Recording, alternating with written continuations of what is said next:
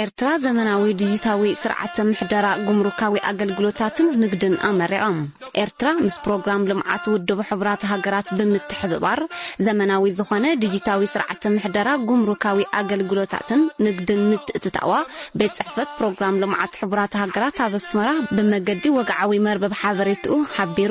እዚ ቁልጡፍ ቁጠባዊ ዕቤትን ምዝጋብ አገዳስ ምዃኑ ዝተነገረሉ ሓድሽ ዲጂታዊ ስርዓት ነቲካ በ2007 ናትሒዙ አብዙሓት ሃገራት ክስራሓሉ ዝጸንሐ ስርዓት ምሕደራን አሰራርሓን ጉምሩካዊ አገልግሎታትን ሙሉእ ብሙሉእ ዘመሓይሽ ኮይኑ ናብ ዘመናውን ተዓጻጻፍን ዲጂታዊ ስርዓት ዘሰጋግር ምዃኑ ቤት ጽሕፈት ፕሮግራም ልምዓት ውድብ ሕብራት ሃገራት ኣብ ኤርትራ ሓቢሩሎም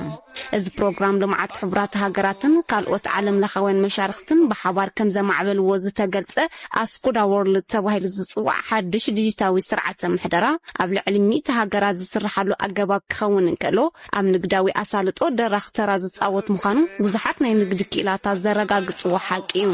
ዲጂታዊ ስርዓት ኣስኩዳ ድማ ሙሉእ ብሙሉእ ኣብ መርበብ ሓበሬታ ዝምርኮስ ተጠቀምቲ ሃገራት ጉምሩካዊ ስርዓትን ዘመናዊ ክገብራን ከመሓይሻን ሓጋዝ ምዃኑ ወሲኾም የረድኡ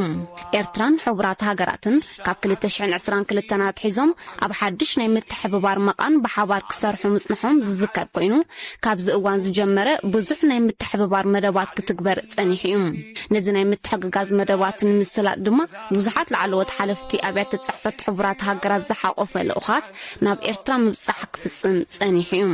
ንኣብነት ሕብራት ሃገራት ኣብ ወርሒ ጥሪ 2022 24 ላዕለዎ ዞባውያን ሓለፍቲ ኣብያተ ጽሕፈት ሕብራት ሃገራት ዘኣባላቱ ልኡኽ ናብ ኤርትራ ምልኣኹ ዝፍለጥ ኮይኑ እዚ ልኡኽ ዞባውያን ወከልቲ ቤት ጽሕፈት ላዕለዋይ ኮሚሽነር ሰብኣዊ መሰላት ሕብራት ሃገራት ናይ ሕብራት ሃገራት ቁጠባዊ ኮሚሽን ኣብ ኣፍሪቃ ፕሮግራም ምግቢ ዓለም ቤት ጽሕፈት ምክልኻል ዕፀ ፋርስን ገበናት ስግረዶብን ሕብራት ሃገራት UNFPN ካልኦትን ዘካተተ መንባሩ ኣብ እዋኑ ቤት ጽሕፈት ፕሮግራም ልምዓት ሕብራት ሃገራት አበስመራ ሓቢሩ ነይሩ ኣብቲ ብምውሃድ መንግስቲ ኤርትራን ሕብራት ሃገራትን ዝተወደበ ወግዓዊ ጽምብል ምጅማር ሓድሽ መቃን ስራሕ ዘላቀ ልምዓት ሕብራት ሃገራት ምስታፉ ድማ ዝዝከር እዩ